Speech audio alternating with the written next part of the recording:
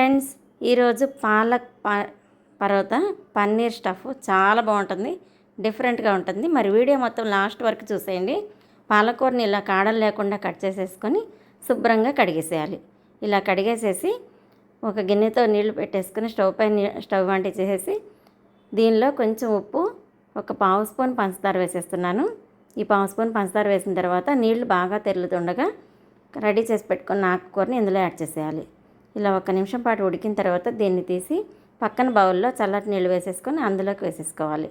ఇది ఇలా వేసేసుకున్న తర్వాత దీన్ని ఇలా నీళ్లు రాకుండా తీసేసుకొని మిక్సీ జార్లో వేసుకోవాలి.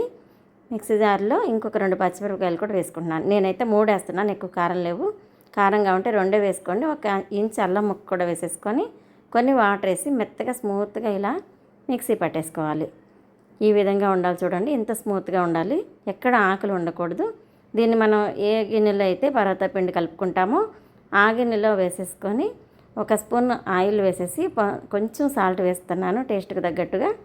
ఇందులో 2 బౌల్స్ గోధుమ పిండిని యాడ్ చేస్తున్నాను. గోధుమ పిండిని వేసేసి ఒకసారి దీన్ని పరోటా పిండి చపాతీ పిండి ఏ విధంగా కలుపుకుంటామో అదే విధంగా మెత్తగా స్మూత్గా కలిపేసుకొని మూత పెట్టేసి పక్కన పెట్టేద్దాం. ఈలోపు మనం స్టఫ్ కోసం పన్నీర్ తీసుకొని ఇలా కొబ్బరి తురిమేదాంతో, ఎండు కొబ్బరి తురిమేదాంతో ఇలా చక్కగా తురిమేసేసుకోవాలి.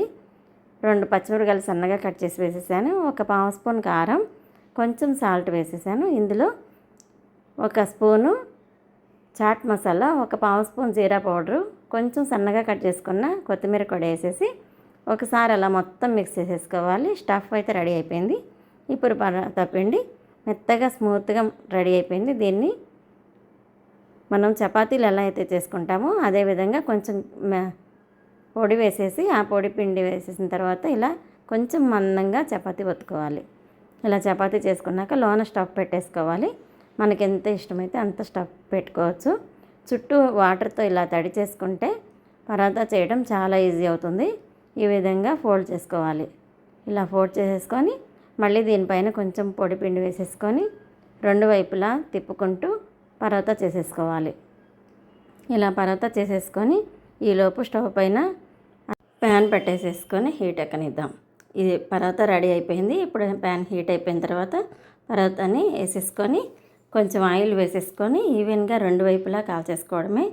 చాలా ఇష్టంగా తింటారు పిల్లలు. పాలకూర విడిగా తిననప్పుడు ఇలా చేసి పెట్టండి, చాలా ఇష్టంగా తింటారు. వాళ్ళకి హెల్త్ బెనిఫిట్స్ చాలా బాగుంటాయి.